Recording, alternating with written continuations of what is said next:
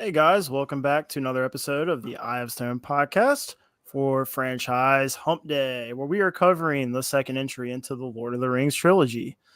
As always, it's Dimitri and myself here, and the return of our special guest and resident expert of Lord of the Rings, Matthew the Monument Jones.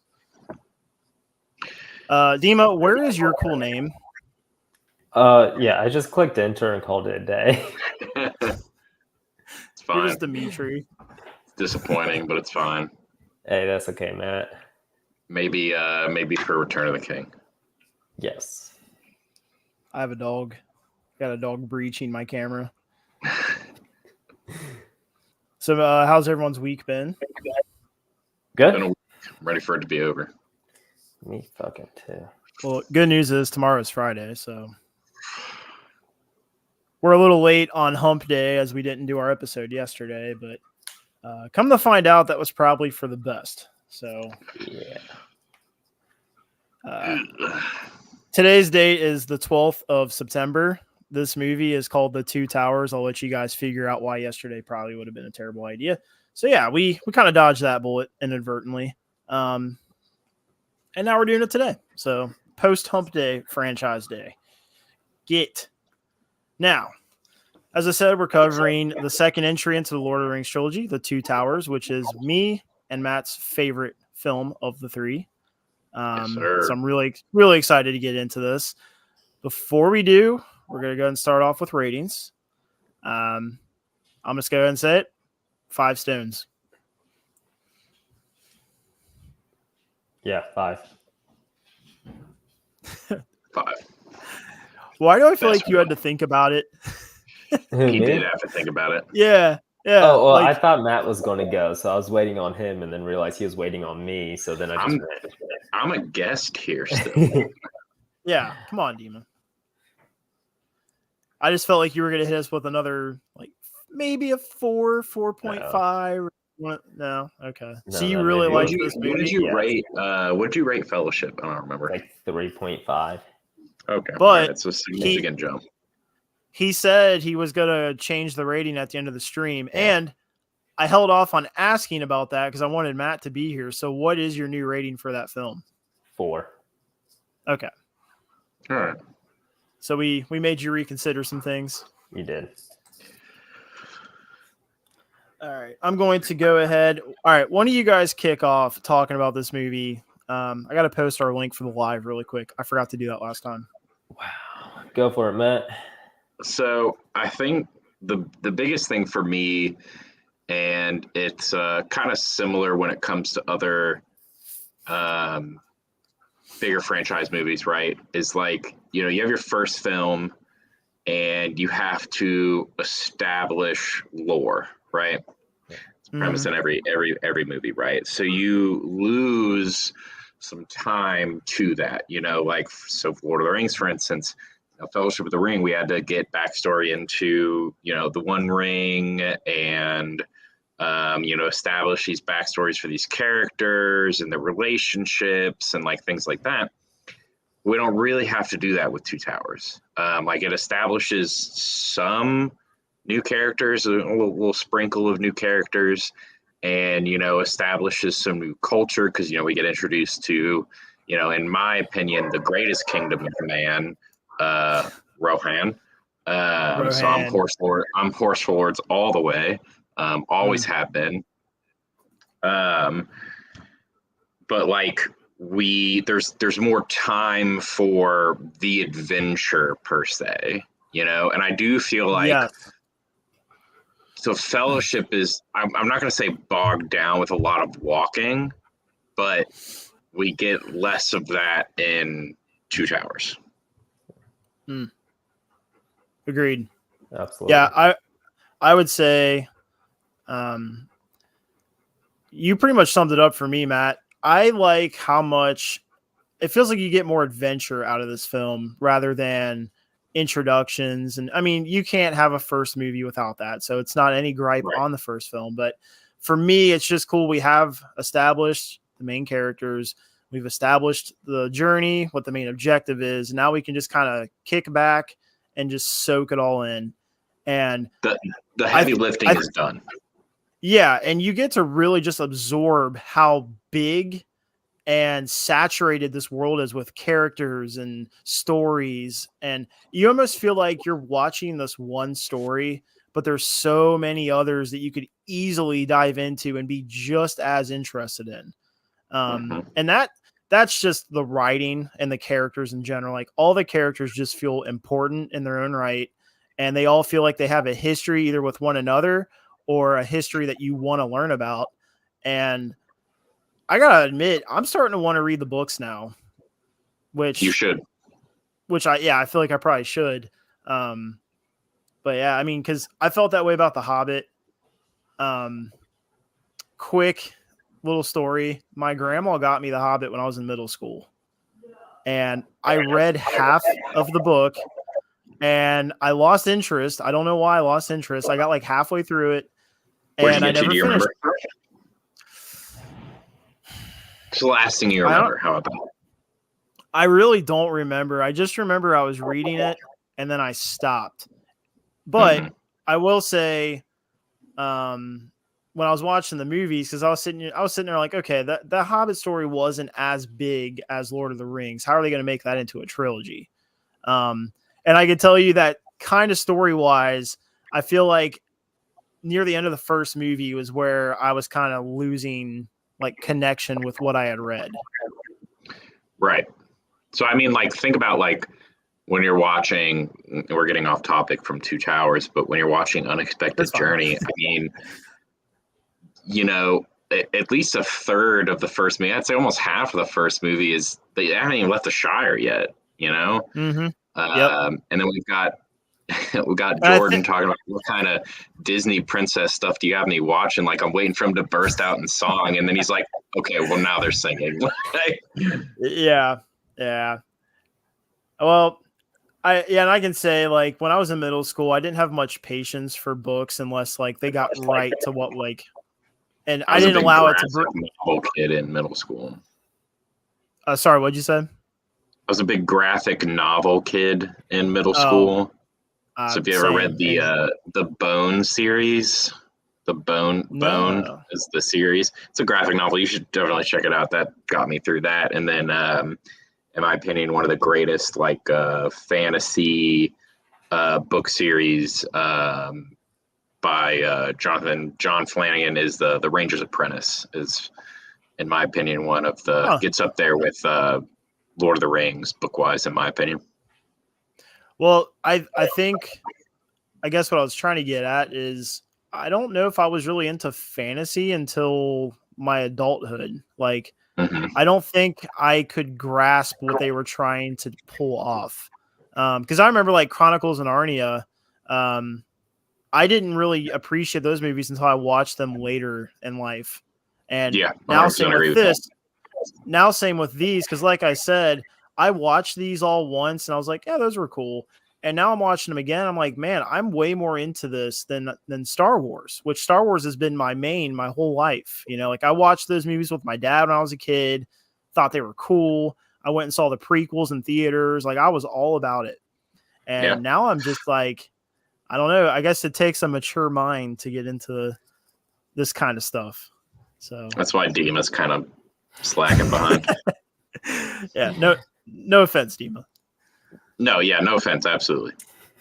But to finish my thought on the movie, it actually feels like you could finish this movie and be content. And I'm not saying like there's not still more story because obviously the way the movie ends, they're showing you Mordor. Like, hey, the next movie Hmm. we're getting shit. But what I'm saying is, you literally have like a full arc in terms of uh like this grandiose war that has kind of been building up, and you get the whole war. It settles for now. Like even Gandalf says at the end, like this war is over, but the war for Middle Earth is about to begin. Yeah, it's like So the battle for Helm's Deep is over, but the battle yeah, for or the war for Middle Earth is about to begin. Yeah, yeah. So this movie actually feels like you could just watch it, and within its own right, it's just a good movie. Like it doesn't have to be like, oh, I have to see what comes next. Where Fellowship of the Ring, I really like the movie, but I need to know what's going to happen next. if that makes sense. And Right. that's just my personal take on it. Like, I feel like I can watch The Two Towers and I'm just like, damn, that is a really good movie. Like, I got everything that I wanted out of that movie. Right. And 10 out of 10. including, you know, I had this thing with Sauron, and it's kind of been flipped for me after, because I love The Two Towers, but it's been a while since I've watched it. And they do a much better job of demonstrating his control, not just over like the people, but just the land in general. Yeah. Which we see with the Ents, like Treebeard. And I don't know, it just makes it feel like he's actually a threat. Like, he's really the one pulling the strings. And I don't know. So I'll give a little bit more credit to him being evil, because I can kind of see the implications of that in this movie more so than in Fellowship of the Ring. Well, and they like directly reference that, like, you know, like Sauron will use his puppet Saruman to destroy the people of Rohan, and then like it's alluded that, like, well, while Saruman is destroying, you know, the men in the far west, Sauron will be staging his assault for, you know, Gondor. We don't know at the time that, you know, the battle is going to be at Minas Tirith, but for the staging for the Battle of Minas Tirith, essentially. Yeah. No, but yeah, so they did a much better job with convincing me that he's actually evil. Like, I'm not just being told things, I'm kind of seeing the effect of his, because I mean, really, he's a warmonger, essentially.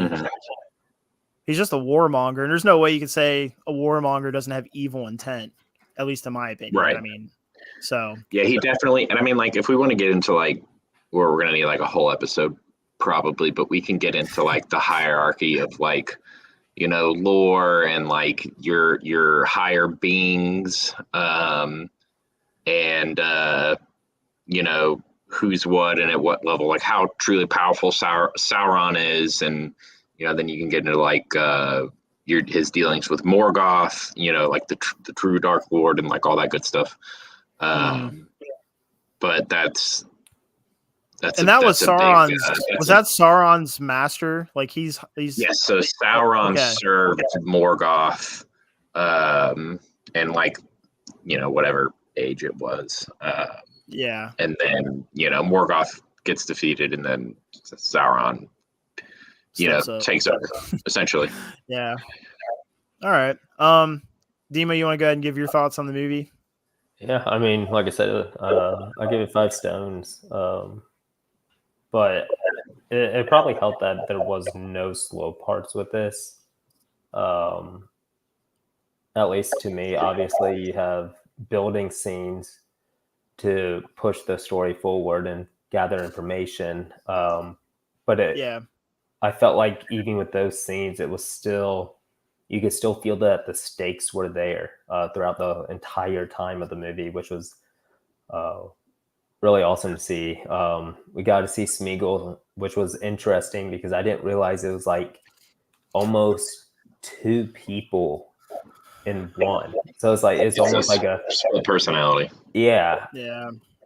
But it's like it's different than that. It's almost like Homelander in The Boys, where he's like, he sees the other personality talking back to him with his reflection. Damn, spoiler alert. Yeah. That's true. Damn, Dima. Dude, put a fucking warning up, man. Shit, dude. Jeez. I'm pretty sure I was like the last person on this planet not to have seen these movies. So, yeah, no, I will. You can go ahead. Sorry. I just thought it was a great movie. Learned a lot of cool stuff about what's his face, Aragon or whatever his name is. Aragorn. Yeah, I was doing Aragon sounds like a Pokemon. Yeah. Aragorn. I was doing it all. Aragon is a book about dragons. That's right. That's where the name's coming from. You're right, though. Aragorn was already established to be like godsend, top tier in the first movie, and in this movie, just somehow elevated him even freaking more. Which I'll get into that a little bit more later. But I do want to touch on something you said because it is crucial to what makes this movie so much better, and I agree with you on it. It kind of goes back to like how the first movie's an introductory, right? They got to take time to really flesh out these characters and let you kind of get acquainted with them and whatever, their motivations, all that shit. This movie is just bam, bam, bam, bam, bam.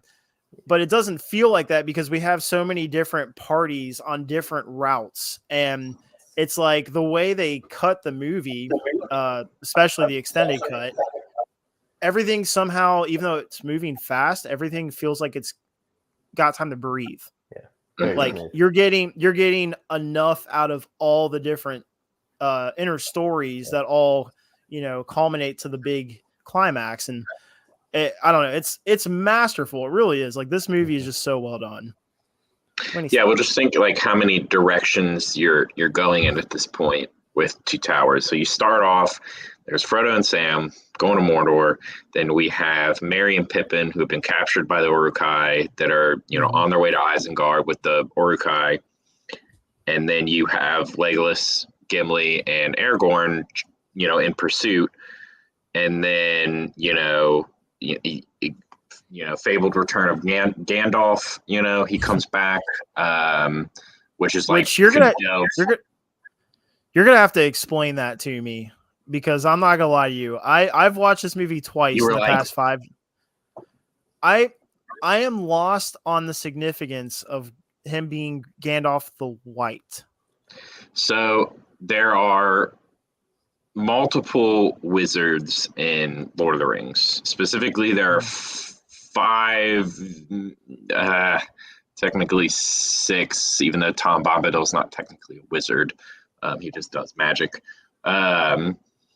There you have 2 blue wizards, which are unnamed in the Lord of the Rings film franchise. You have Radagast the Brown, you have Gandalf the Gray, and then you have Saruman the White. So Saruman the White, before his deception, is like the head of the Istari in Middle-earth, which is what Gandalf is. He's like akin to they're almost like, if you were looking at trying to a cross between biblical terms, they're like angels essentially, sent to Middle-earth.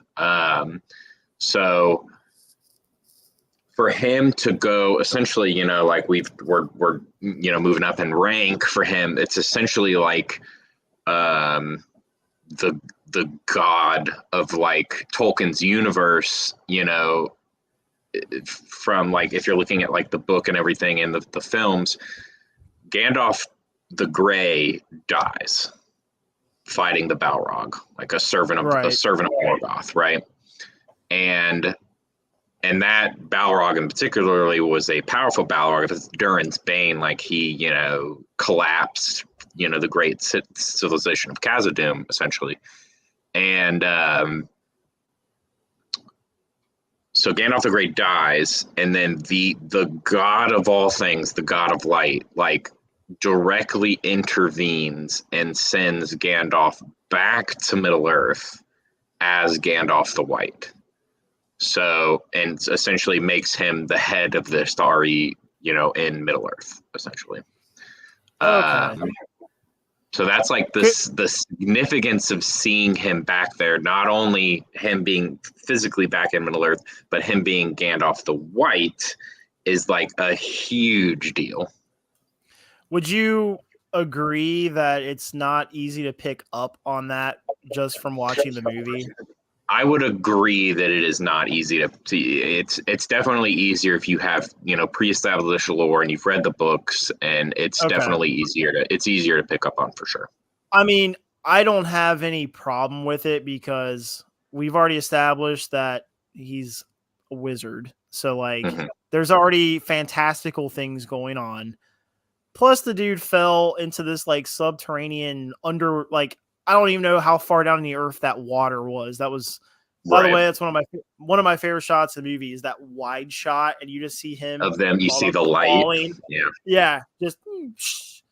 But I was like, he entered the water, and then he's on top of this tower fighting the thing again, and then I was sitting there thinking, well, maybe that was his version of the afterlife almost.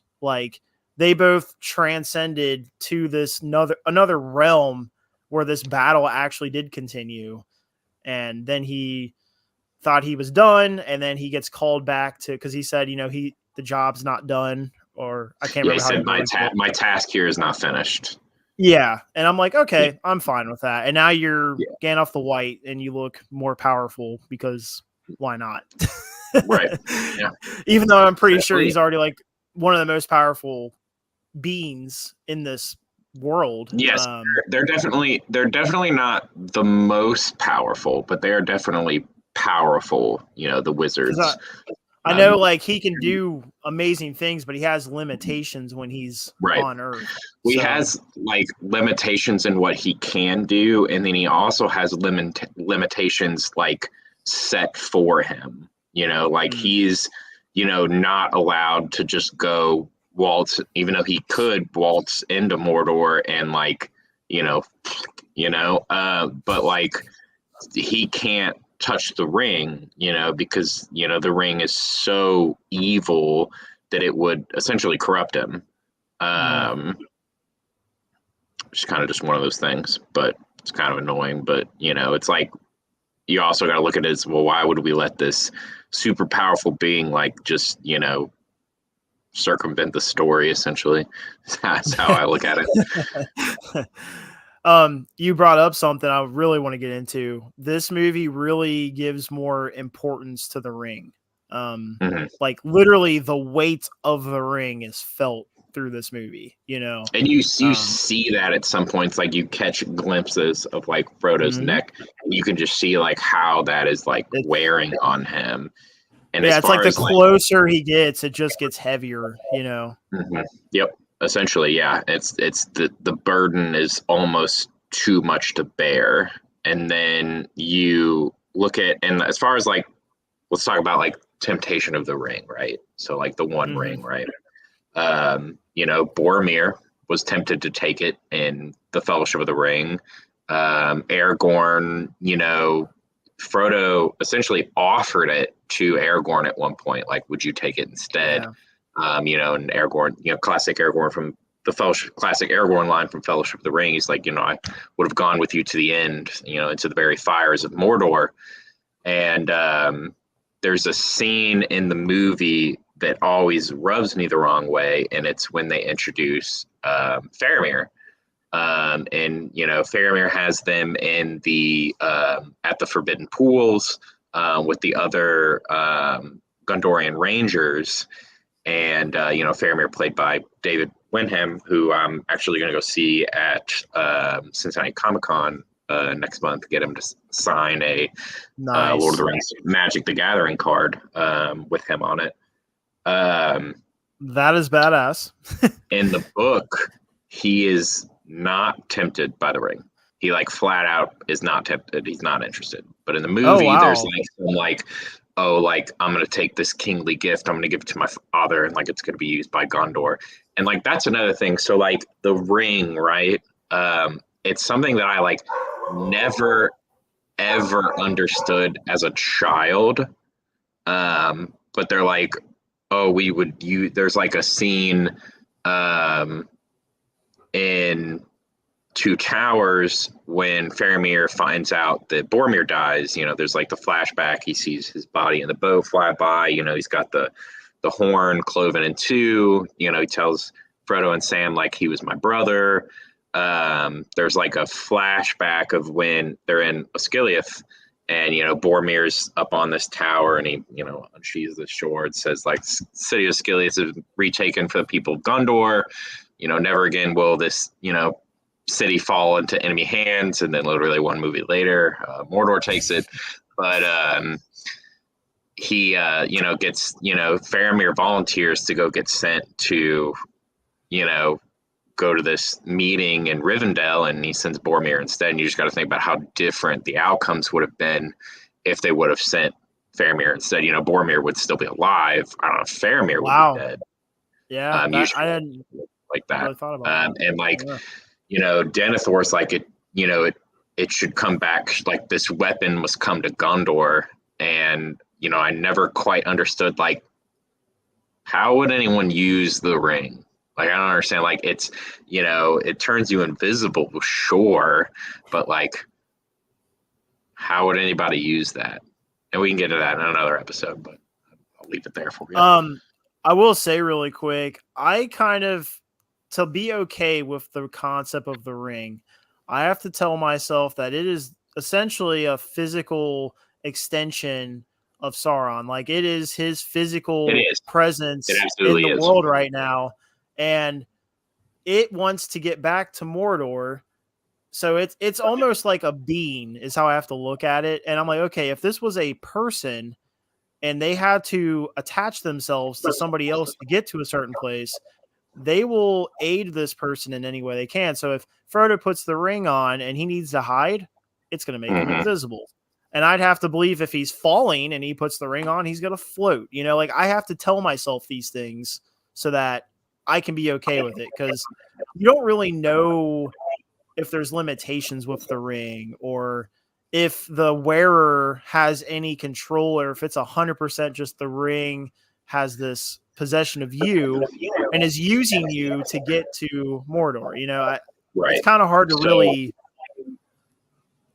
delving back into, like, so Gandalf is an Astari. If he were to, take the One Ring, it would like wield darkness through him. Essentially, like,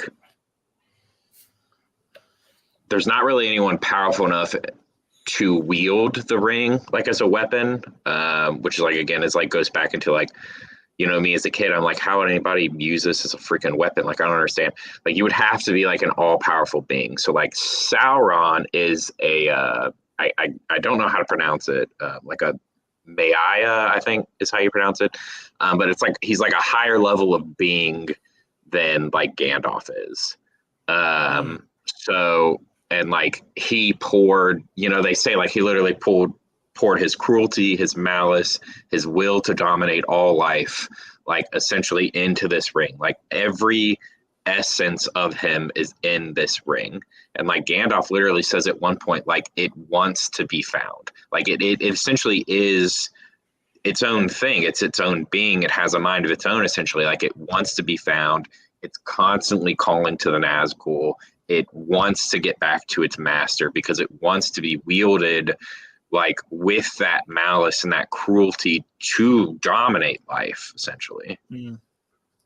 Yeah, that makes sense. And it makes sense that you'd have to be, actually, that's a good way to like establish how powerful Sauron is. Like, you have to be on his level to really utilize the ring, I guess, to its full potential, essentially. Essentially, yeah. Okay, so that's, or maybe even to understand it, you have to be on a higher level, I guess, in general.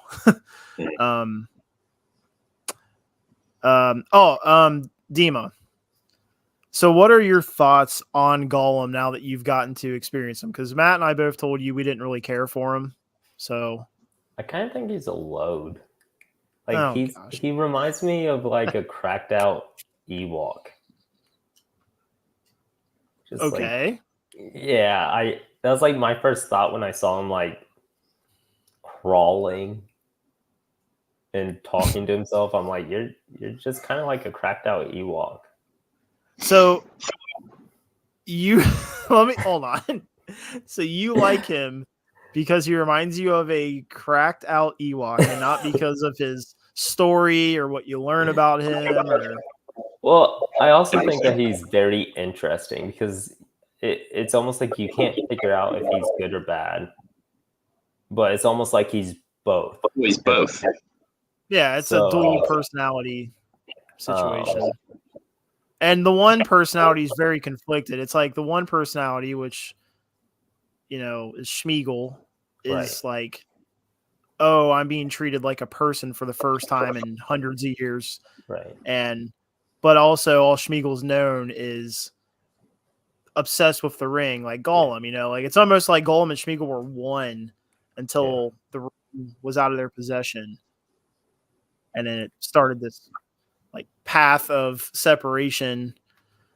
I don't know. I wish I could say I found the character interesting. I will say I like the dynamic Sam has with Gollum, which I kind of was talking to you about this on the last episode, but I'm like, Sam is us, like Sam doesn't like him. Sam doesn't trust him. Sam wants him gone. And I agree with all three of those things. And I never changed my mind on any of that, but I like how like you've got Sam and Frodo who are just great together. And then you add in this third guy who just shouldn't be there on this journey. And it makes sense that he's there. It makes sense that Frodo, being who Frodo is, would feel some sympathy for the character. And so it all makes sense. I don't have a problem with it. But I just don't like the character, it just, bottom line, I don't like the character. It's not for me. But yeah, I do like Sam said some pretty funny stuff in this movie, like savage stuff. Yes. I highlighted one of the things he said. Let me see if I can find it really quick because it made me laugh so much. And I can't remember what it was. Oh, yeah. It was when Gollum's like hungry and he tries to eat Hobbit food. And he's like, I can't eat Hobbit food. And Sam just looks at him so angry. He's like, then good, starve. Like, just anger, like, just die. Like, I was like, Jesus Christ. And then he says, good riddance. Like, spit on him afterwards. And at one point, Sam's just like, let's just tie him up and leave him. Like, but yeah, so I do appreciate, I guess, Gollum's character for what we get out of Sam in this movie. Yeah. So I'll give him that. But otherwise, I don't care for him. Fucking useless. And then like more into like, let's delve deeper into Two Towers. So like back on before I went off on a tangent. So that's like our Frodo and Sam journey into this. Like we're getting close to Mordor. You get to see some wicked men for the first time in this movie. So you see some of the like hillmen, like wild men of Dunlin. You see them. That's the ones that he's like talking to. Saruman is talking to in Isengard, and he's like, the people of Rohan like stole your lands, and so that's like the wild men of Dunland. You see some Haradrim with the Mumakil, the Oliphant, before you see the Dorian Rangers for the first time. And Faramir has this little moment where he's like, talking about, was this guy truly evil or was he like forced to be here and whatnot. You also see some soldiers of Rune for the first time going into Mordor. So they're in that column formation marching into the Black Gate before Frodo and Sam are like, oh, we're just going to run right in through the front fucking door. Like nobody's going to see us. Like, so you see a handful of instances of, wicked men for the first time that you haven't really gotten to see before. Like, going back and like talking about how Sauron, is like a great corrupter, that how he corrupts the hearts of these men to be wicked. You really get to like see evidence of that for the first time. Because it's one thing, and then like if you have to watch The Hobbit to see like kind of like Saruman's turning point, but you do see that eventually. But like that's just because Saruman, witnessed Sauron, Sauron's return. But like these wicked men, like they ain't never seen Sauron before, but they're still corrupted by him to do wicked things. And it's cool because at this point, it's only felt like, okay, bad guys have orcs, and then the hobbits have like men. It's like orcs and trolls against men, elves, and dwarves, essentially. Exactly. While we're on the Black Gate, I got a nitpick in this movie, and I want to see your thoughts, and you too, Dimitri, because this really just goes into like how it's filmed, really. Mm-hmm. And maybe a little bit of the idea in general. But when Sam falls, the cliff breaks at the Black Gate when they're, watching the march in, and he tumbles down the hill, and then Frodo goes after him, and then the men marching, the two of them see like the rocks falling.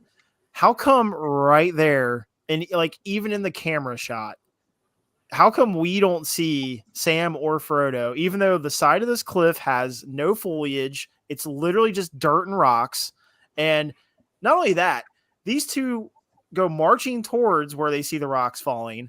And then when the camera cuts to the fucking dirt, you see Frodo sliding down the hill. I'm like, how do they not see Frodo? It really bothered me. And then, oh, I'm going to use this, and that's cool. Like the camouflage rock thing, that's cool. Hey, that cloak is magic. All right. You're really going to tell me in that scene with the landscape that when they were going towards the bottom of that fucking cliff, the hill there, so it meets the ground, they didn't notice there was a giant boulder that just appeared out of nowhere? Like, so wait, there was only one boulder here. Like, if you look at the shot, right, there is like, you can see other scenes, and not necessarily in this movie, but there are, scenes in Return of the King when they go to the Black Gate, and there are scenes, in the beginning of this and the end of this, like, there are other rocks around. It's not just like flat open ground. There's no foliage, mind you, but there are other rocks, and you got to think about when you're looking at like a high up vantage point and there's shit low on the ground that obstructs your view. Like, it is relatively reasonable that they would have not seen him. It is. I'm not saying like it's not a realistic possibility. Now, but the way they cut it is my issue. If they were to have called out to like the orcs on the gate probably would have seen them dead to rights. Absolutely. I think but they weren't paying attention. Forward. So you also got to think like at this time, so like there's like the height of Sauron, right? The height of Morgoth, we'll say. And then there's like a decline in like the power that is Mordor. But then Sauron is building his forces back up. And this is like, there are a handful of times where you see like what is categorized as the greatest military might in Middle-earth is the bad guys, essentially. Like the good guys are so scattered and disarrayed, and they typically only care about their own lands. Like dwarves only care about Erebor and the Iron Hills, and the Blue Mountains and the Red Mountains. Elves are really only concerned with, Rivendell, Lothlorien, Mirkwood, Gondor's only concerned with Gondor, Rohan's only concerned with Rohan.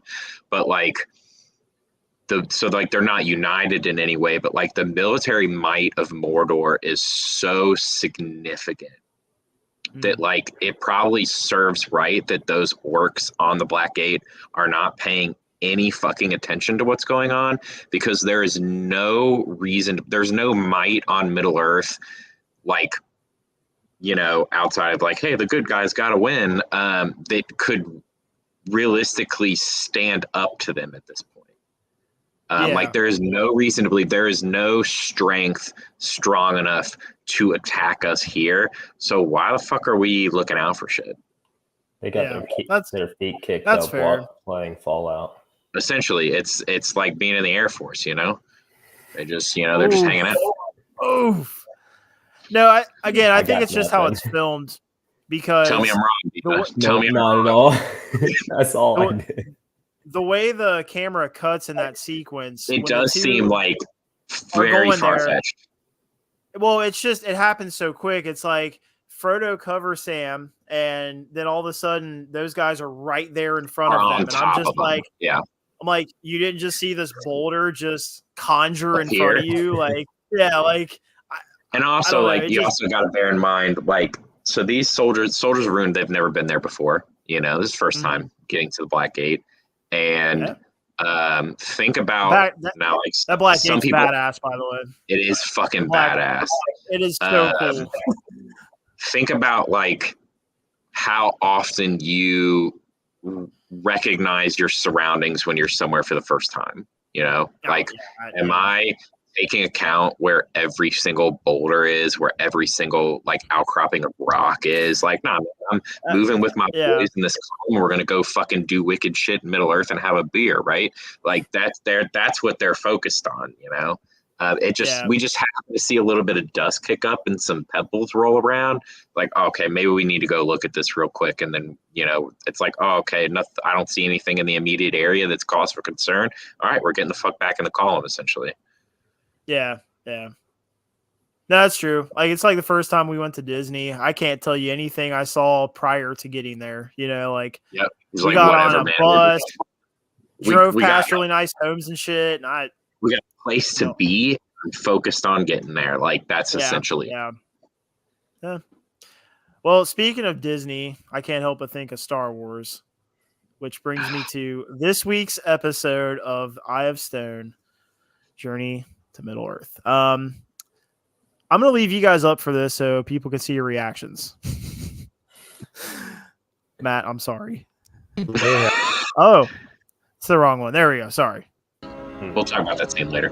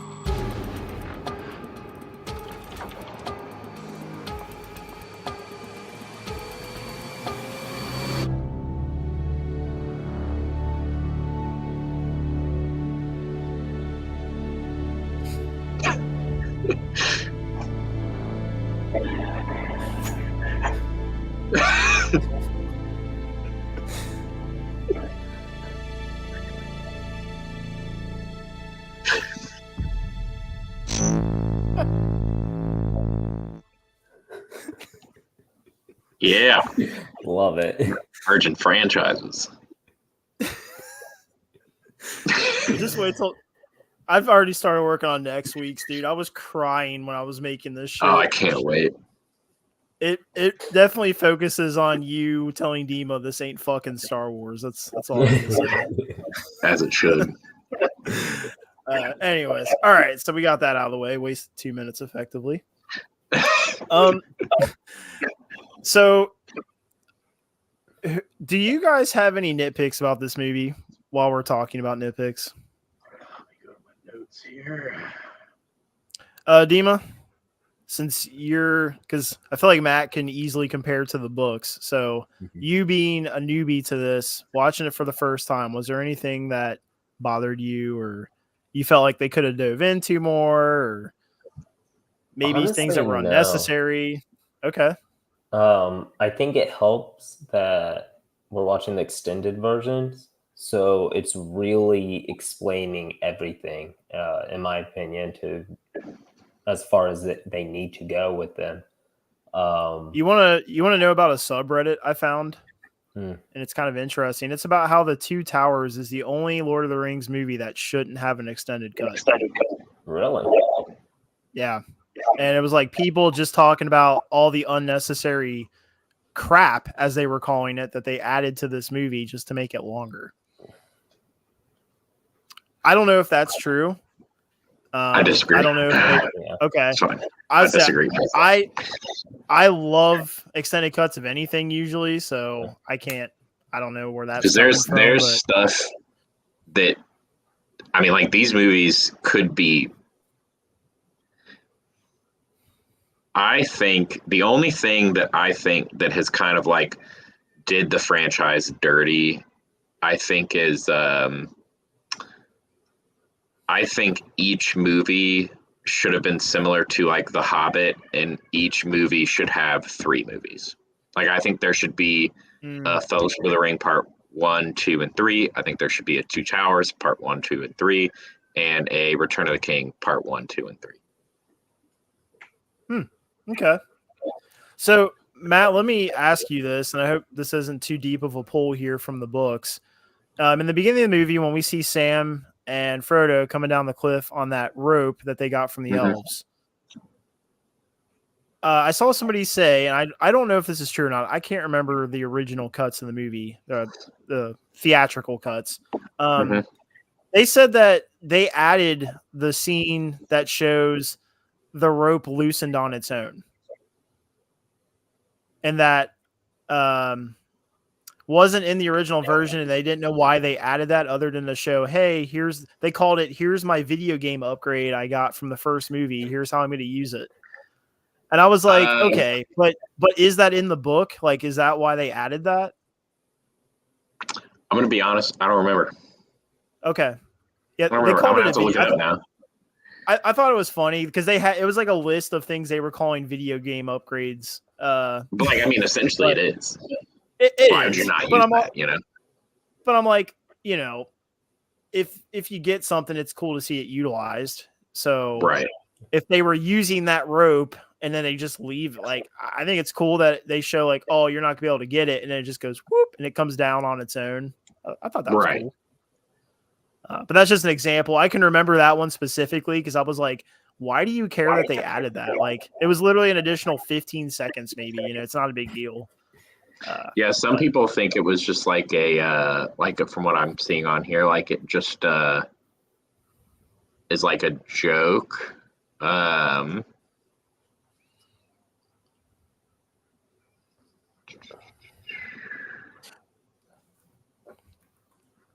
I mean, they do talk about the rope in the book. There was a scene where they're kind of confused how it came down. Like Frodo's convinced that the rope broke. Sam's like, no, it didn't. Like, not even a strand of it broke. And then Frodo kind of dogs on his knot. Like, it must have been the knot. It must have been too easy to come undone. And then he literally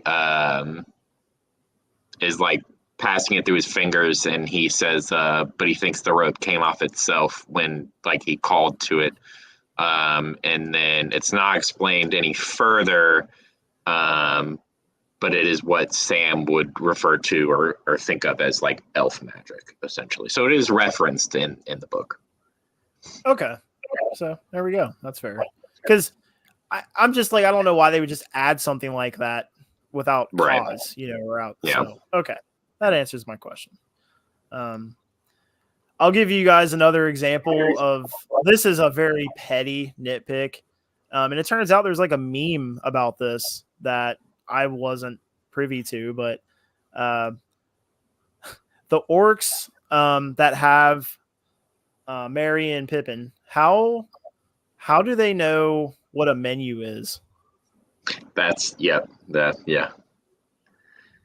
Sorry, the Uruk-hai. So, because I can't remember the exact quote, but he said that's not on the menu or whatever. So Uruk-hai. So in the books, Uruk-hai are referenced as like man orcs, essentially, like how they essentially came into being, and it's not directly said, but it's referenced that like not even referenced, but it's like believed that what probably happened, and it's real fucking dark, but Saruman and the orcs kidnapped women, and the orcs would with the women, and that's how the Uruk-hai came to be. You know, they're stronger, they're smarter, they're faster, they're better. So like maybe it's safe to assume, and this is like pre like I kind of want to ruin Rings of Power for you. Yeah, I don't, because I'm into it. There's like belief that like there are no orc females. So like kind of the orcs that are there, kind of like the orcs that are there. So to like create Uruk-hai, you would need a lady to do that, essentially. So like the thought is there's like some thought that like, okay, well there are orc females, and these are like wicked men essentially breeding with the orc females to create Urukai. And then there's like the turnaround of like, okay, well, it could also be like orcs breeding with like wicked women, like the wildlings or the wild men of Dunlin, have women, and like maybe there's some thought into that, but like so maybe there is some men running around Isengard and they're hanging out with their Urukai offspring and they're talking about menus and whatnot. Or like, there's like, we're like grasping at straws at this point to maybe see like what they know what a menu is. But it's not like there's like the Isengard canteen and like all the Urukai, like the scene of, in Star Wars: The Clone Wars when Obi-Wan goes to what's the name of the water planet? Camino. I always said Kyoshi, but that's Kyoshi's Avatar: Last Airbender reference. But what's the fucking Wookiee planet? Kashyyyk. That's what I was gonna say. So sure. No, I'm just kidding. So I think of like, okay, well maybe there's like an Isengard canteen of like that scene where like, but it's like dingy and dirty and dangerous, and it's just a bunch of Urukai like getting their food and like eating together. Like, so maybe they do know what a menu is. I don't know. Like, but like it is kind of that is like one thing where you hear that and you're like, how do they know what a menu is? I officially want the director's cut that has that scene. That's all I'm gonna say. With that, with all the Urukai together eating, yeah. So I have a few nitpicks, but they're more like it's like direct, like okay, like Peter Jackson has gone in a direction with this, whereas like the books go in another direction. So like we've already stated, like okay, Faramir was not tempted by the One Ring, but there is I mean, it makes for a freaking cool scene at the battle before the Battle of Helm's Deep when the elves show up. To like assist and like, the elves essentially take up the whole wall of Helm's Deep. They got their bows and arrows and all that stuff. The elves did not join Theoden's army in the books. They did not. They were not there. But also, let's just say they were there, right? How'd they know they were there? How'd the elves know that they were at Helm's Deep? Did they go to Edoras first and see that it was empty? Or how'd they know they were there? Well, I was gonna say I just assumed Gandalf had some like all-knowing ability to like let them geolocate. Yeah, like where is the war? Here it is. I don't because Gandalf can speak with Galadriel over vast distances. That's like established in the lore. So maybe there you go. Maybe that's who she told, or she asked like, hey bud, where's this battle going on? I was asking the same question, to be fair to you, and I haven't read the books. I was just like, how do they just magically show up on the mountaintop? We're here to save the day. And then I'm like, well, yeah, they got Gandalf. Yeah, that's that, as if Gandalf's not already powerful enough, but it's like, yeah, they got Gandalf. That's how they did it. What were my other ones?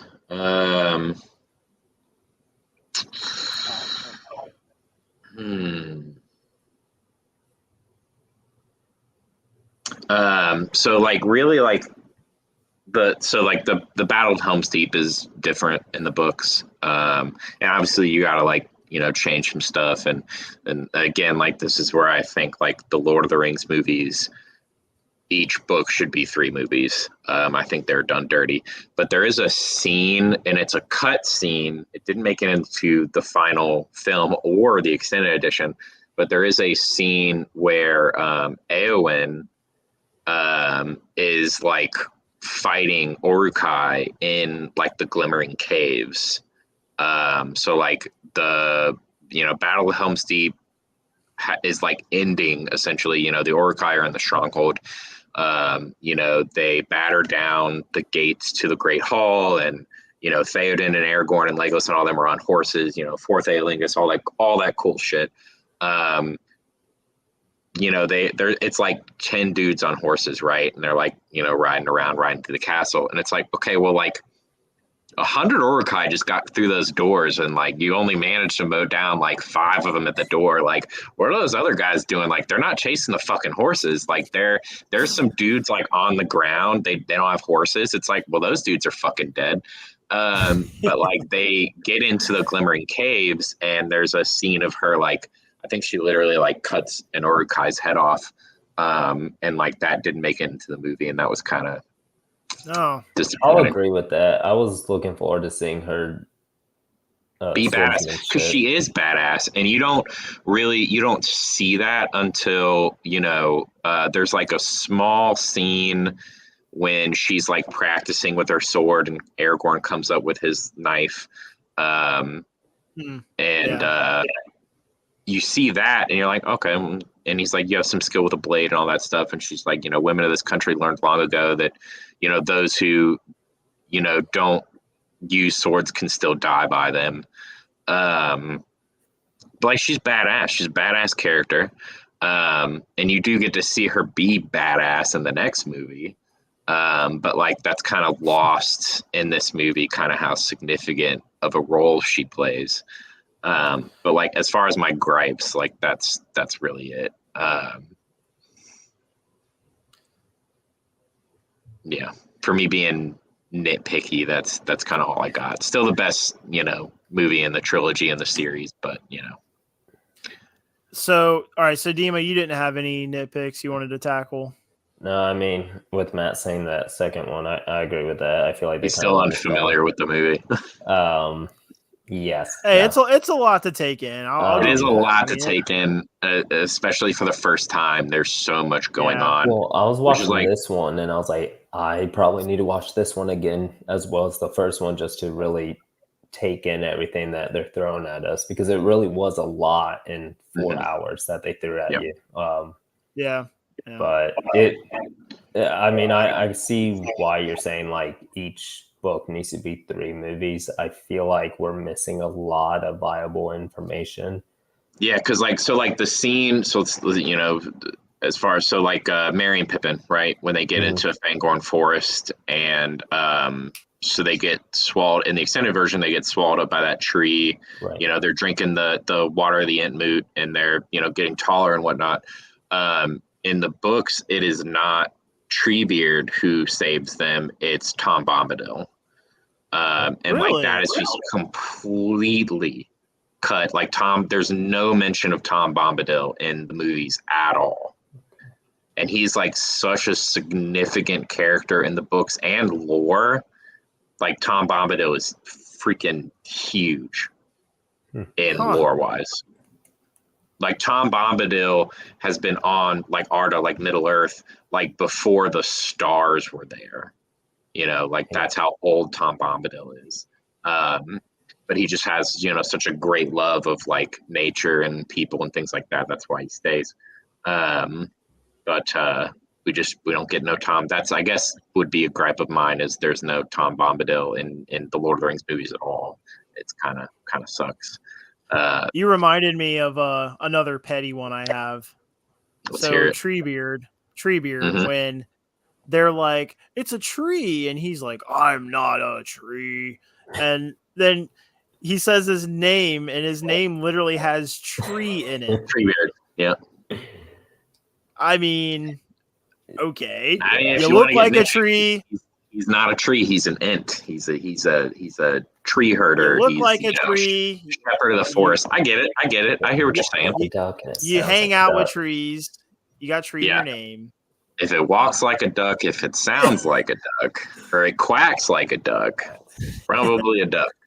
It's probably a goose. Yeah, like I don't have a ton of gripes, for Two Towers. Oh, same. I mean, other than I think it should have been longer. I think it should have been at least 2 movies, because there's so much, like you get into the Rohirrim and Rohan, and there's so much lore and culture there that we don't get, the Horse Lords and things like that.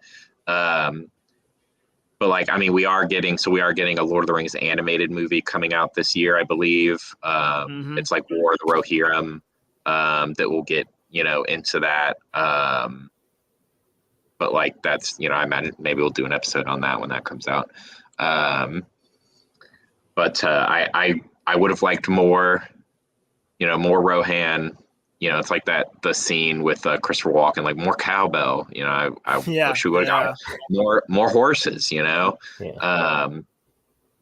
I think the battle was significant. Like in my opinion, like, and I know I've said it before. I am a sucker for war epics. So like big battles, and things like that. Like one of my most favorite, what I would constitute as a war epic movie of all time, is Kingdom of Heaven with Orlando Bloom, Legolas. Dima didn't know that, by the way. I mean, it looks significantly different. I'll give you that. But dude, literally, you got off the stream last week, and Dima was like, "Oh, Legolas is Orlando Bloom." I was like, "Dude, what?" Like, what do you mean? As soon as he turns around and shows his face, it's like, "Oh, that's Orlando Bloom." Like, right. Anyways, not to get you off subject. No, you're right. You're right. It just, I don't know. Such a great movie. It is. And there's so many little things in like Two Towers. Like one of the things that I didn't get to mention when we were doing Fellowship of the Ring, or at least I forgot to, and it kind of ties into like Aragorn and things like that. One of the cooler scenes that I thought there was. So like in Fellowship of the Ring, when he stabs Lurtz in the leg with his like new knife that he got when he was in Lothlorien, and Lurtz like pulls that out of his leg, he licks it and he throws it at him. So like the guy playing Lurtz actually threw that at Viggo Mortensen. Like that is a sharp blade flying through the air directly at him, and he like blocks it and all that good stuff like that. And then they were just like, let's keep that in, but like he wasn't supposed to like throw it directly at him. It's like obviously like filming and whatnot, we wanted to like go to the side and then we'll change the angle and like block it and all that. But he like fucking full barrel threw that shit at him. Wow. And so like Viggo Mortensen in particular is always getting hurt. I know you probably have it ready, but like there is like a joke that floats around for like Lord of the Rings fans. Like if you're watching Lord of the Rings with somebody you have seen it and you're watching somebody with somebody who hasn't seen it before, and this scene comes up, it is like an essence of your being. Like you have to say like, Viggo Mortensen broke his toe there when he was filming that. So that like scream of his is like real. Yeah. So Dima, if you're not aware of this, or anyone watching or listening, well, first off, let me just go ahead and play this. I thought, wow, this is strong. I mean, this is like Aragorn is like just in total grief. Go ahead and play from the beginning here. So he boots this helmet. And then he let out the scream. I thought, wow, this is strong. I mean, this is like Aragorn is like just in total grief at what's just happened to Merry and Pippin. This is really cool. And he didn't say anything to us, but we found out that Viggo had actually broken 2 toes with that last kick. Yeah. And normally an actor would say, cut, I've hurt myself. God, stop, quickly, get the medic. I mean, Viggo actually, feeling that pain, he actually turned that into performance. I mean, he stayed in the character of Aragorn. He was letting that pain feed and drive his performance. All right, so yeah, I thought that was cool because, for one, it just shows how much of a badass that he is. Mm-hmm. Like Peter Jackson said, like he's not like most actors. Like he actually broke his toes, and he made just that play into his character. Yeah, like he didn't turn it. There's no, for actors like that, there's no turning it off. Right, they are constantly in character. So Ian McKellen is another good example of this. So like whenever Gandalf is in the Shire, right? He's in back end. Like there's that scene of him where he's walking through and he turns the corner and bumps his head on like the beam or whatever. So like that happened. Like he turned that corner, bumped his head, stayed in character, and they're just like he's never not in character. When Ian McKellen is Gandalf, he is Gandalf. Like he does not break character. He just keeps going until somebody physically tells him to stop. Well, yeah, and kudos to Peter Jackson for knowing that sometimes things that aren't scripted like that really add to the character Right. or the scene. For sure.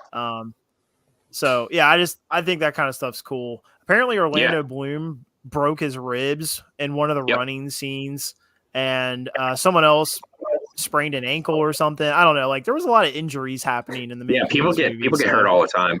and they all let just me- kept rolling with the punches. Like fuck it, let's go. They just kept Yeah. Oh, what's up, Droga? I hope I didn't took me a little longer to notice your comment. I'm really bad about paying attention to the live chat. Thanks for tuning in, man.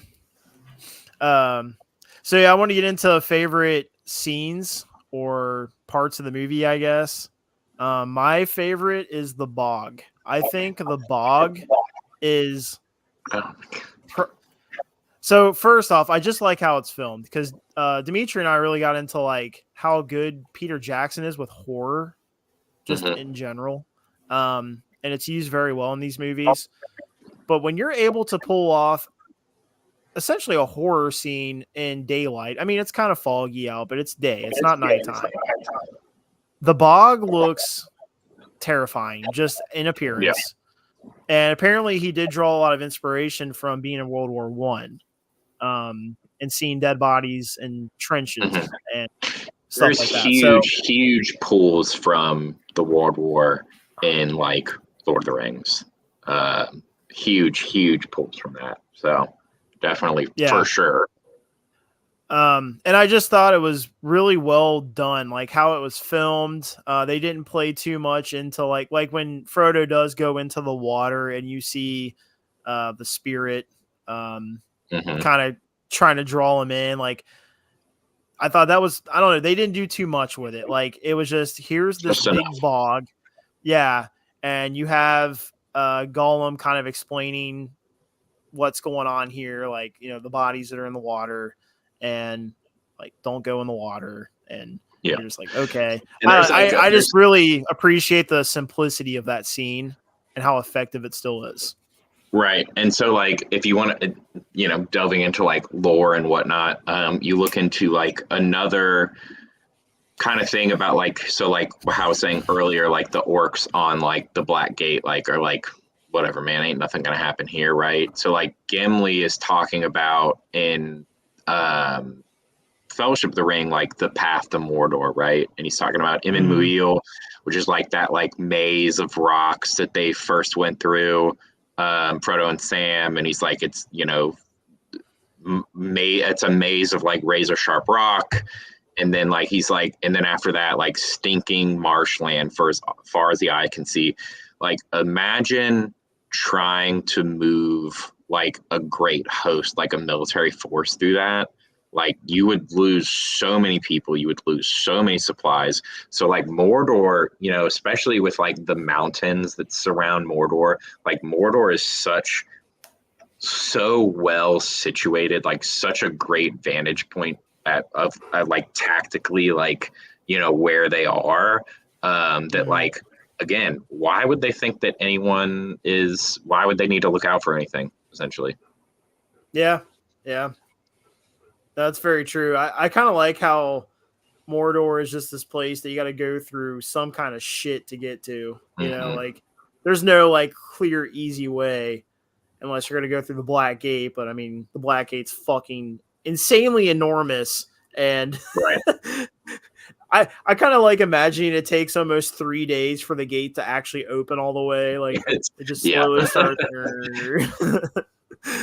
That's why they got to have trolls open it. Yeah. So yeah, the bog was, I don't know, I just thought that was a cool scene in terms of how it was filmed, how it was executed. I didn't feel like they did too much with it. And again, some subtle horror in daylight, which I always appreciate. So that was a scene I wanted to shout out to. You guys got any? Demon, I'll let you go. Probably the Battle of the Helms. I thought it was very well put together. Like with the CGI and everything, it looked real. With those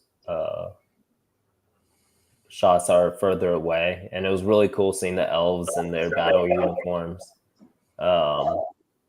It kind of reminded me of Loki's helmet, though. With like the crest. Yeah. I can see that. I really enjoyed that scene. I mean, like we talked about earlier, the only downside is not seeing Eowyn's character. Get it together, Demon. But yeah, I'm great with names. Yeah, like the Battle of Helm's Deep is like it's a significant chunk of the movie, you know. And like one of the cool things that I always like to point out, so before they get to Helm's Deep, they fight the wargs or the warg riders, right? So there's the two guys that are out on horseback, and they're like the scouts for like the Rohirrim column, like going to Helm's Deep, and the warg rider jumps down, knocks that guy off the horse, and the warg goes eats him. Before that happens, the guy's like, what is it? Like Hama, he calls him Hama, which is his name. And then later, before the Battle of Helm's Deep, Aragorn's like sitting on the steps to the Great Hall, and he sees that kid, and he's like, let me see your sword. He's like, what's your name? And he said, my name is Hama, son of Hama. So like that kid's dad is the first casualty of that warg battle. And like not a lot of people make that connection, that like that's his son getting ready to go into battle. And I'm pretty sure he's wearing using something of his dad's or something in his armor. I can't remember exactly. But like the bat, so that's like you see that before the Battle of Helm's Deep, and you see like this like ragtag group of like Rohan people, and then the elves show up, and it's like, okay. And like there's this scene when the elves are walking up the stairs, there's this guy, and he's like kind of off to the back, and he's literally like watching them go by, like hey, maybe we got a chance, like we might have a chance of this. It's still the numbers are significantly in the Uruk-hai's favor, but then like you get into like, okay, well, we're sieging a fixed position, and we've got to like no one knows what black powder is at this point. That's a Saruman invention, the bombs that blow up the deepening wall. But like it's like, how do we siege a castle? We put up fucking ladders, and we climb ladders to an entrenched position, and it's not a good time. And that's why like you have like the ladders coming up with like the Uruk-hai berserkers at the top. They've got that like sword with the two spikes on the end, and they're literally like, they are like, Uruk-hai are like 6 foot to 7 foot tall, like 300 pounds of like fucking war machine. And then they're like fully plated up armor in the front. They don't wear armor in the back because they're not supposed to retreat. So like, what's the point of putting armor on their back, But like Uruk-hai berserkers don't wear armor. It's literally loincloth and like helmet. And before they go into that battle, they actually fill those helmets with human blood and then put them on, and that blood just like covers them essentially. And it sends them into like this frenzied state, and that's why they're berserkers. I was gonna say I really liked their look in the movie, the berserkers. I liked just having the headpiece, and then that was it, and they're just like this force to be fucking reckoned with. I thought that was cool because the Uruk-hai are intimidating in general. Like no matter who you show me, I'm like, yeah, it's terrifying. Right. But the berserkers, like when they get up on the wall, they feel like a fucking threat. Like, oh shit. Yeah, well, it's like that one gets in, he's surrounded by elves, and just with like one swing of his sword, he kills like 3 or 4 elves, right? Just cuts them down, Like they're no joke. One of the things that I always thought was funny about the Battle of Helm's Deep, and it's kind of one of the things that I always look out for, is so like you have the wall, right? And then you have like the ramparts of the wall that like the elves are standing behind. Gimli's not tall enough to see over. And then like the Uruk-hai are like doing their chant, which is like tough.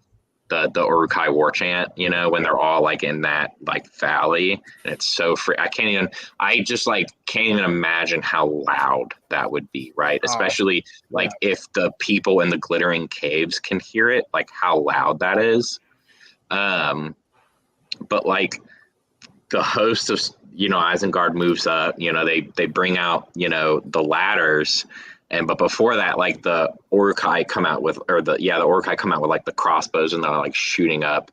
And then they're actually the crossbows. There's a scene. If you have the extended editions, you probably have like the appendices videos, and I highly recommend watching those if you ever get the chance, because they're like really breaks down like, you know, the filming and the props and like things like that, and you get like little sneak peeks of like things that didn't make it into the film, and things like that. But like they actually like built those crossbow props, because like one of the things, and it, you know, if we want to talk about another series like Game of Thrones, so like there's a scene in Game of Thrones with when the guy from the wall, one of the crows saves Arya from King's Landing, and then the Kingsguard, you know, show up, and you know he like sends them on their way like begrudgingly.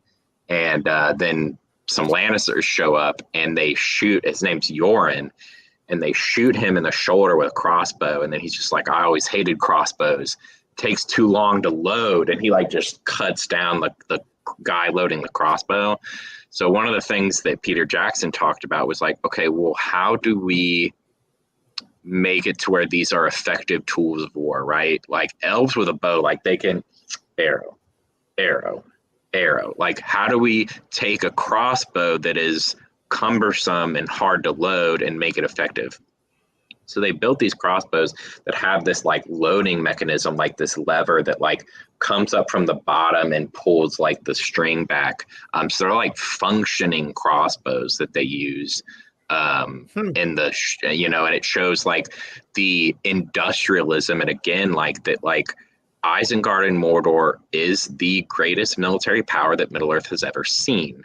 Like the industrialism of like the orc, you know, and their war machines, and, you know, like siege towers and things like that. And like, that's something that like, or like the ballistas that, you know, the army of Isengard uses to like shoot up into like the taller parts of Helm's Deep, and like use the leverage of like that lead to like bring up those big ladders, right? Like no one's ever seen anything like that before. Like that's like all new. That's new technology for Middle-earth, right? So like to see that used so effectively on the battlefield, like I said again, like proves that like the orc, you know, the Uruk-hai, it is the greatest military power that Middle-earth has ever seen. And, you know, it just shows like how much like, you know, heart and how much, you know, oomph that these men of the West had to have to defeat that host, you know. And even with Éomer and Gandalf even with the elves showing up, even with Éomer, you know, showing up at the end, they would have never been able to defeat that host on their own, ever. I gotta see what my dog's barking at. Give me a second. Oh, you're good. Sadima. Yes. Besides the war scene, because that, not saying, especially for your first time watch, that I'm judging you for picking that, but it's very easy to say that's like the coolest thing in the movie. So is there anything else that you want to at least give an honorable shout out about? Oh, I just had it. I'm not gonna pick the one you picked. I probably have to say the last scene of the movie, because one is building to the next film, obviously. You're talking about Frodo, Sam, and Gollum. like in the woods when they're that. Okay. But they're talking about when he's talking about like she could do it, like okay. That's your favorite scene? Well, or is that just an honorable mention? Because I'm about to light you up. If that's your favorite. No. He said honorable mention. It's gonna light you up like no tomorrow. But it's more so because you really see and not that you haven't before, but you really see how quick Gollum is to betray them, even though this entire time he's been doing everything he can to not betray Sam. But the rings got such a grip on him that he eventually falls. We got to think like Gollum has held on to that. He held on to that ring for 500 years. Holy shit. Right? 500 years he sat in the darkness of the Misty Mountains, in the darkness of Gollum's cave. Right. So like it just, and that's, he loved the ring. Yeah. And so it's, you can understand like, there's no way that he's just going to let this like lightly go. There's no way that he is going to be okay with that. And you do kind of see some inner character like dilemma, like, oh, like, like you see Smeagol, who wants to be good and wants to, kind of destroy the ring and wants to help. And then you see Gollum, who's like the, the darkness of the character, and he wants to just fucking throttle Sam and Frodo in their sleep and, just take the ring, Yeah.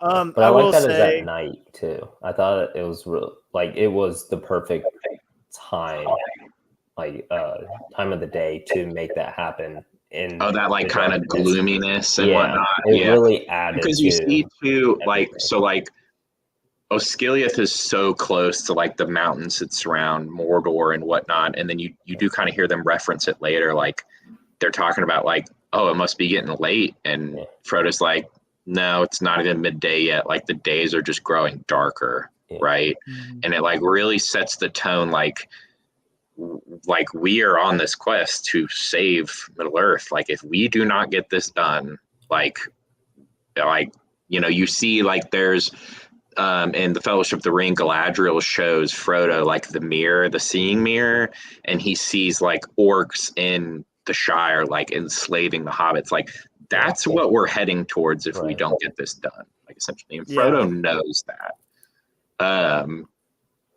As far as like other favored scenes in this, I think Samwise Gamgee has one of the best like movie cinematic speeches of all time when they're in Osgiliath and Frodo pulls that sword on him, and because Frodo's kind of like faltering a little bit in his like struggle against good and evil, and he's like, it's me, it's your Sam, and he talks about like Frodo's like, what have we been doing here, and he's like, by rights we shouldn't even be here. He talks about like a new day will come and all that, and you see like the Rohirrim fighting against the Uruk-hai and driving away, and Theoden's background, we're like, we have victory, and you see like the Ents attacking Isengard, and like you just see like there is like, and he literally said like he's talking about like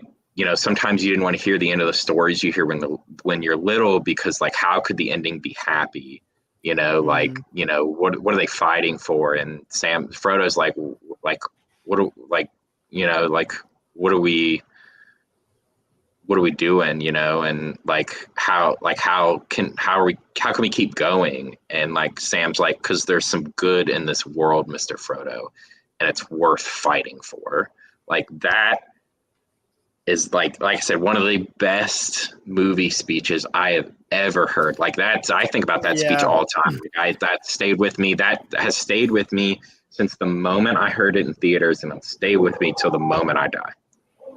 Well, I was going to mention that as well, because physically, the way they paint the picture as he's talking, like you said, the scenes they cut to, when he says there's good in this world, you see the water washing over the fucking Uruk-hai, and you see like good prevailing in physical manifestation as Sam is turning Frodo back around, and it's just like, and you have no idea that's going on.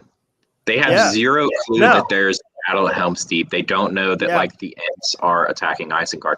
Like they don't know what's going on with like their friends like Merry and Pippin, Aragorn, Legolas, and Gimli. Like they don't know what's going on with them. They have no idea. They just know Boromir's dead because Faramir told them, and like that's really it. That's like all they know what's going on. They have no clue that there is these significant events of like good overcoming evil going on in the rest of the world. They think it's just them against the world essentially at this point. Yeah, there was a lot of stimulation in that little chunk of the movie for me, because a scene that is just visually stunning, in my opinion, and it actually gave me chills watching it, even though I knew it was coming, is when Frodo is walking towards the ring wraith on the dragon. And it's just like in slow-mo flapping in front of him. He's just walking toward it. That is haunting. I mean, that is a haunting scene, man. And it's like and I know like, so audio and like your things like that, like your score, your cinema score, like plays such a significant part in like a feel of a movie. But like it's almost like muffled, like kind of when he's like moving up, and it just plays such a significant like eerie kind of feel to it when he's moving up towards like the Nazgul on his worm, like it's pretty significant. And like that's another thing too, like going back to like the military strength that is Mordor and Isengard, like there are, the Nazgul, the ring wraiths, right? And like, so when they're out in the marsh, they, you hear like the screech in the Nazgul, which like drives men insane. It like hurts to hear that.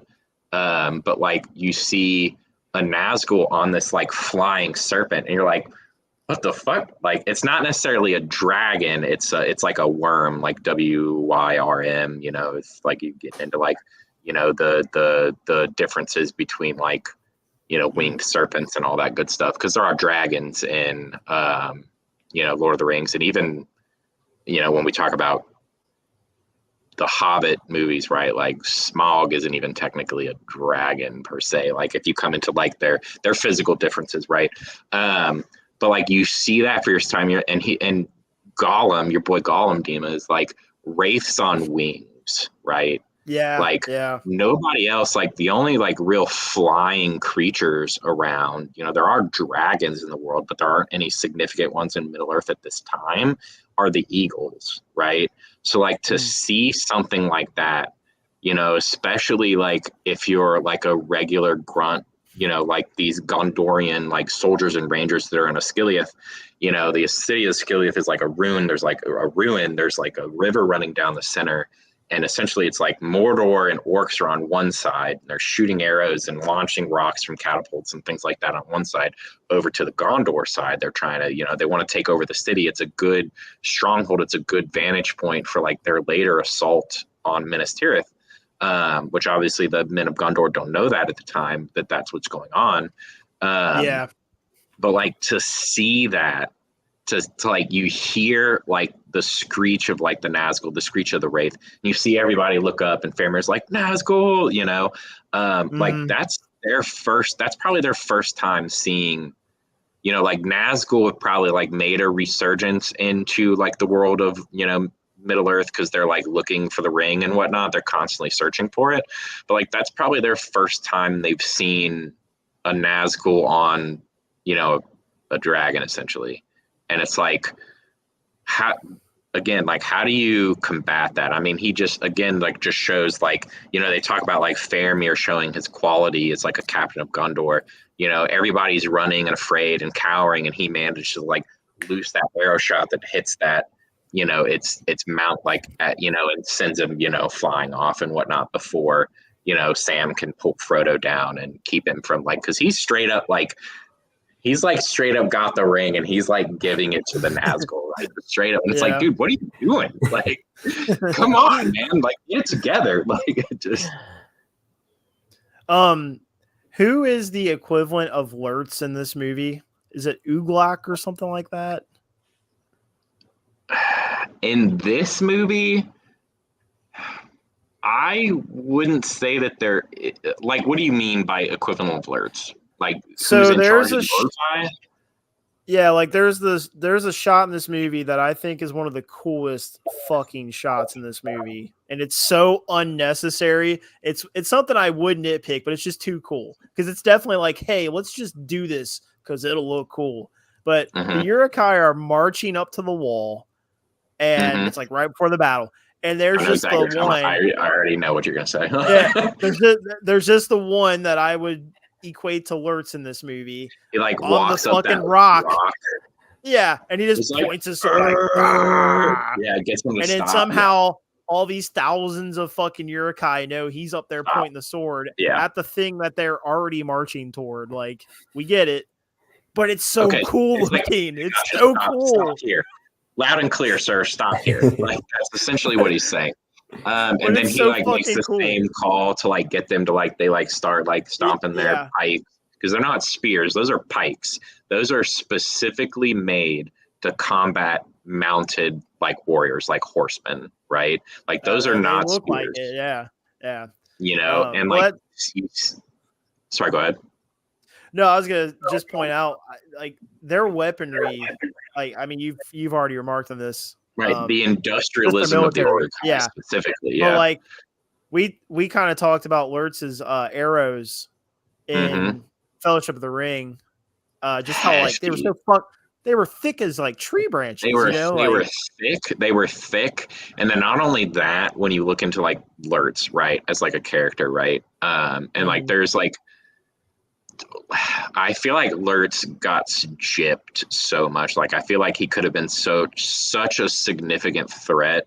We didn't really get to talk about this in like when we were talking about Fellowship, but there's like Dima did mention that the fight with him and Aragorn, right? He like fights him off, cuts his arm off, stabs him, and even then Lurtz like grabs the sword and like pulls him in closer, pulls that sword deeper into him just so he can get to Aragorn, right? Yeah. Like, just such a significant, and then it goes to like Lurtz is like a significant foe of like Uruk-hai, but like it shows like what the significant threat of like the Uruk-hai are, like how strong they are, how like mean they are, like, it just showcases that. And then you got to think like, okay, well, if that's just one Uruk-hai, think about like what 10,000 Uruk-hai can do. They're not like in Hump before the Battle of Hump's Deep, they're like shoring up the gate, right? And Theoden is like we've seen it before, like Saruman's hordes will pillage and burn, like homes can rebuild, crops can be resown. And a lot of his like talking points, he's like doing it for the benefit of his men, right? Like it's like, he's like, within these walls, we will outlast them. And Gimli's like, hey, like this isn't a band of mindless orcs, right? Like these are Uruk-hai. Like they're armor's thick and their shields are broad, right? Like they're not just some rabble of, hoodlum orcs that are banded together. Like they are bred for one purpose. Like Aragorn literally says it. This is an army bred for a single purpose: to destroy the world of men. Yeah. So like significant threat, and so like I said, those pike, you see they're like stamping the pikes, they're doing their war chant and whatnot. I don't know if I would consider him like a counterpart to Lurtz in the fact only that Lurtz led that first like band of Uruk-hai to go find the Fellowship, and this guy is leading like the Uruk-hai like to war. That's, I think, and other than the fact that they're Uruk-hai, I think that's where their similarities stop.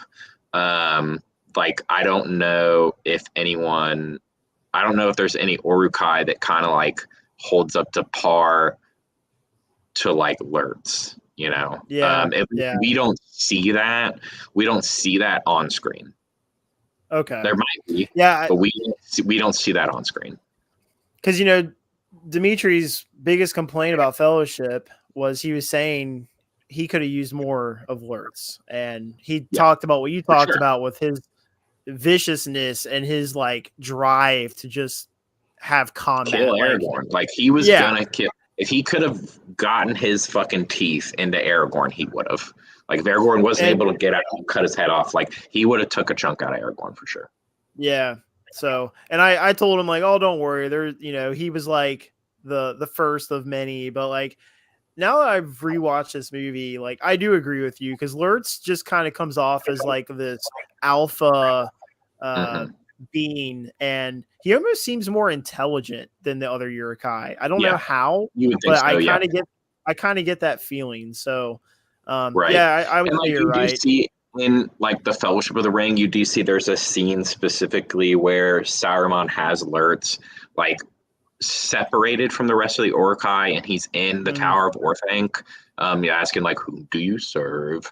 And like all that. So like maybe, you know, there is like a little bit of a buildup to like when he's getting the Uruk-hai ready to go pursue the Fellowship in Fellowship of the Ring. Like maybe there is some moments where like Saruman imparts some wisdom onto alerts, and he would be significantly smarter than your average, you know, Uruk-hai, which are already smarter than your average orc. You know, there's a lot that we don't see, that we don't read in the books, and there's a lot that we don't see in the movies. You know, like to like really like deep dive, you know, a lot of things like you know, you're getting into rabbit holes of subreddits. You're, you know, reading, you know, you're reading established lore that's established by Tolkien. You're, you know, you're deep diving, you know, the One Ring Wikipedia. It just like there's just so much lore in like the Lord of the Rings universe that like it can't all be fit into all the books, and it can't all be fit into the movies. Yeah, absolutely. It's so significant, and I would argue that like, you know, because at the time, when we're talking about like filming and whatnot, we were talking about earlier that like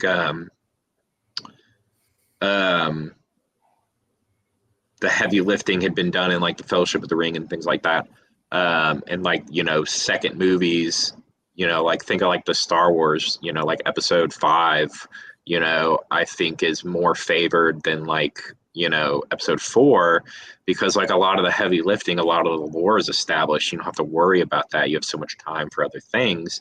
But like, man, I forgot where I was going with this point. Damn, Dima, say something. Well, I actually got a scene good at the Battle of the Helm.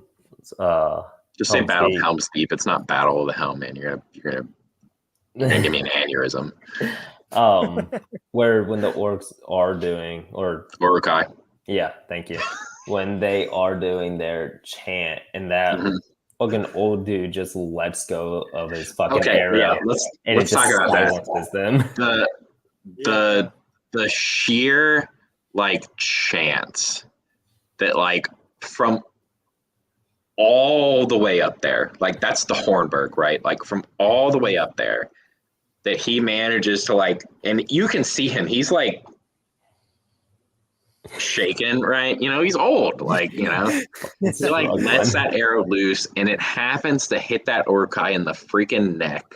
You know, like there's like there's 3 weak points in Uruk-hai armor: the armpits, because you can potentially get an arrow in and through the armpit and hit the heart, and the neck.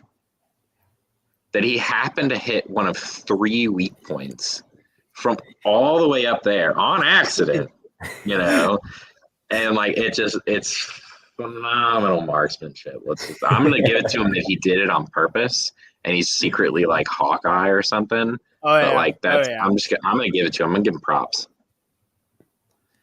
We're gonna have to wrap this up soon, but I can't end this without talking about I'm not gonna say my new favorite character, but if Aragorn was my favorite character in the first movie, this is my favorite character in this movie. Smeagol. King Theoden. No. King Theoden. But yes. King Theoden. Hands down. Theoden, but I Bernard Hill, R.I.P. Yeah. I don't know. What are your guys' thoughts of him as a king? So we're going to talk post being under the spell, you know, and or influence, not spell, influence. And being outside himself, of Saruman's influence. Yeah, like being himself, being a king, making decisions for his people. Like, what are your thoughts of him as a king? So I think like if you look at like the strategic vantage point of like where Edoras is, like the capital of like Rohan, like it's not a very defensible position. So I understand his thought process into like we're gonna empty the city, we're gonna go to Helm's Deep. That's where our people will be safe.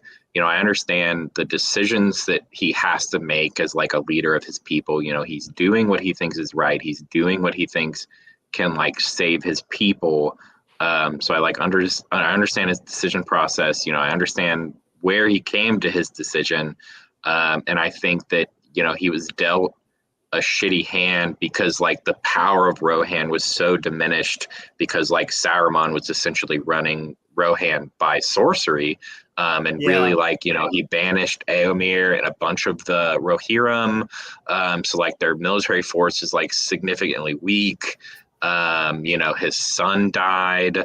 There's just so much like he has to go through so much, and he's been through so much, and like he's still just trying to think of like I have to save my people.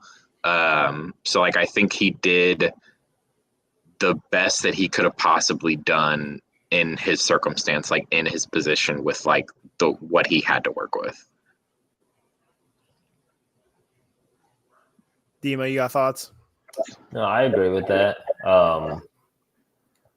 He didn't really have many options in that situation. I feel like at the end of the day, he could have listened to other options, but in his head, in the moment, he felt like the only option was to go to Helm's Deep and pretty much hide there until he realized that there is no hiding. They're coming here no matter what. And he did what he could at the last second. It's very easy to argue that if he hadn't made the decisions that he made, things might have went very south for his people. I think, the off chance that the elves show up in the battle and all that, like whatever. But I definitely think that route or that course of direction was better than staying and putting up a fight. And obviously it's inevitable that they would have lost in that circumstance. I think we can kind of gather that. But I wanted to say, and Matt kind of touched on this, his son dying. Bernard Hill, the actor, I think delivered the best performance in this movie acting wise. Hi, Janie. We're about to give you Matt back. But I think Bernard Hill gave the best acting performance in this movie when he found out his son was dead. That was that like grieving process. Yeah. It was almost like somebody told him as a person in real life, hey, your wife just died. And when he started crying, roll the cameras. Like, it was so real. Like, get it. Yeah. And like, so like, getting into like King Theoden as like a king and whatnot, you get into like, again, like, best he could do with under the circumstances. There is a moment. I think he's a good king, personally. I think he's there is one moment when Aragorn is like, send out riders. That's what I was going to get into. Like, and he's just like, who's going to come to our aid? Like dwarves, elves, even though the elves do come, but he's like elves. Okay. He's like, we're not so lucky in our friends as you.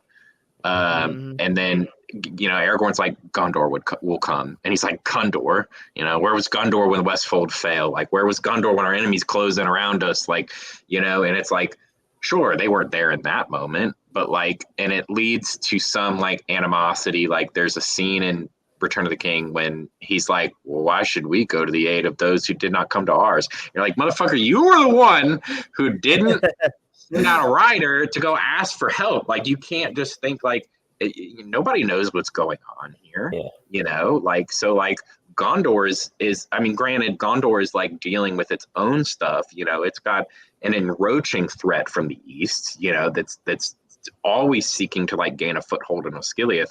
But like, they probably could have spared some dudes. Yeah. I don't know. Yeah. I actually met Bernard Hill a couple of months before he passed away. He was here in Cincinnati.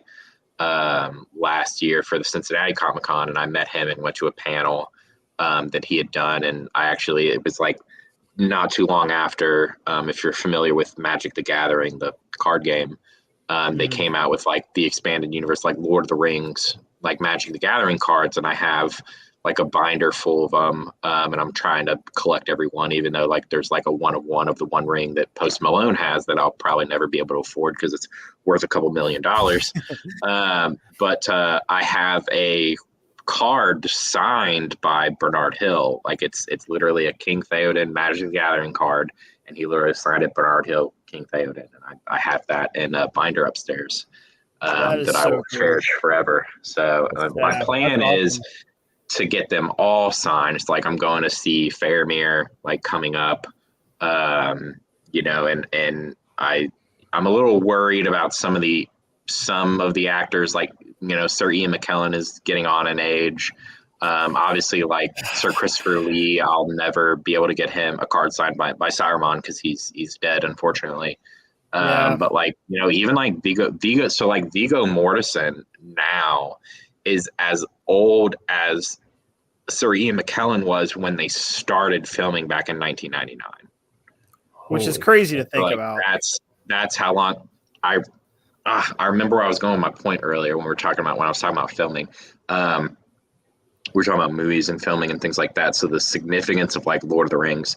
So like no one had done this before, but like all 3 Lord of the Rings films were filmed. Like obviously there's like post-production and there's like cleaning up scenes and like filming like small little things outside of like your main bulk of filming, but it was all filmed in one go, essentially, like one span of time. Wow. Started in like sometime in 1999, I can't remember, and went through the winter of the year 2000, and then Fellowship of the Ring premiered in December of 2001.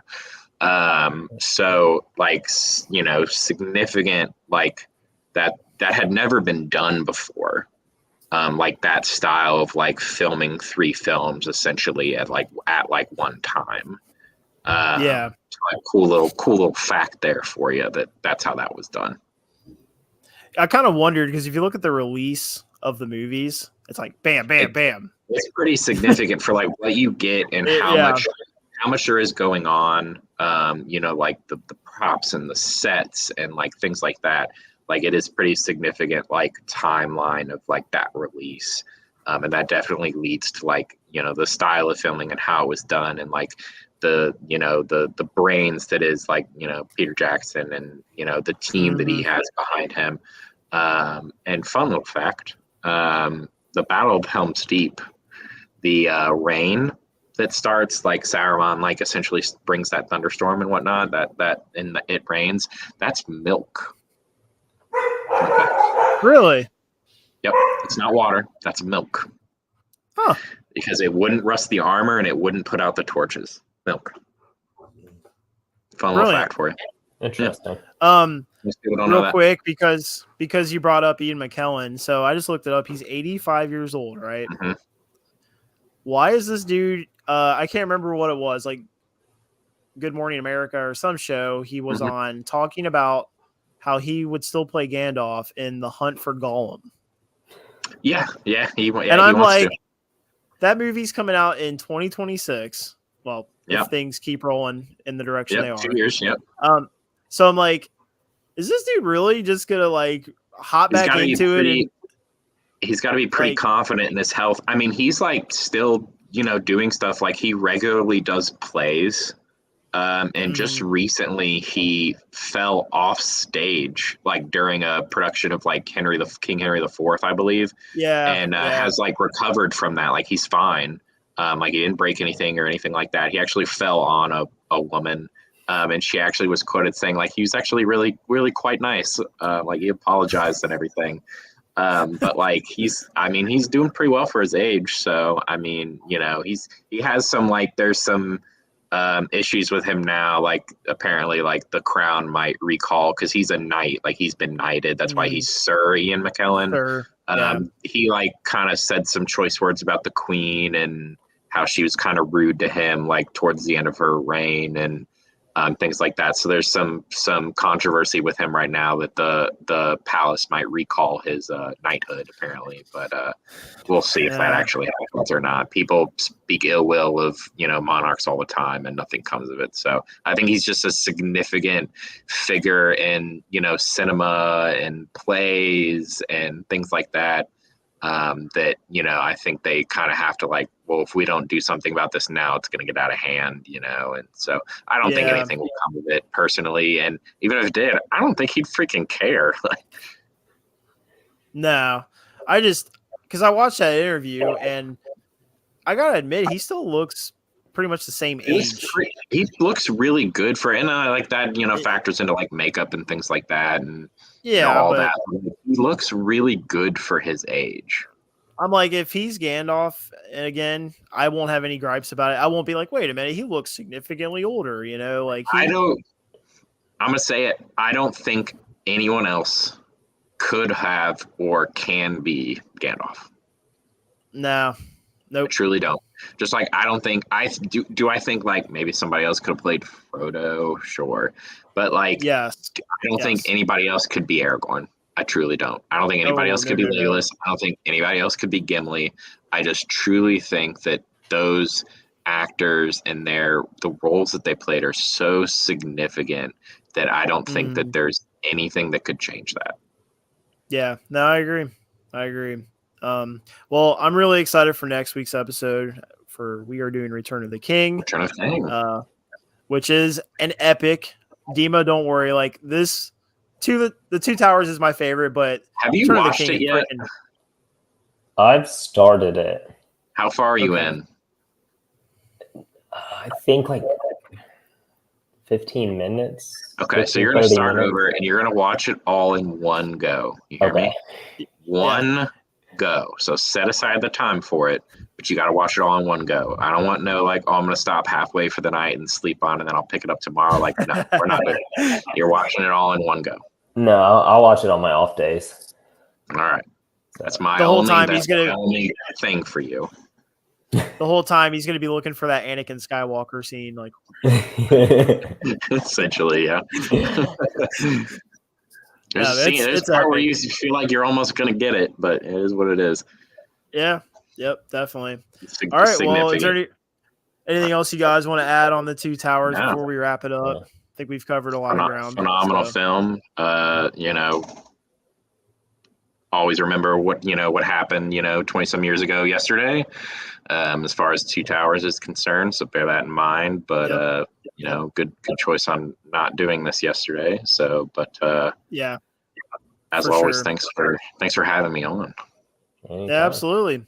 And as the ending shot of the movie shows, next week we go to Mordor, Hell on Earth, and I can't wait. All right, guys. All right. Well, thanks guys for tuning in, and we will see you next week on Franchise Hump Day.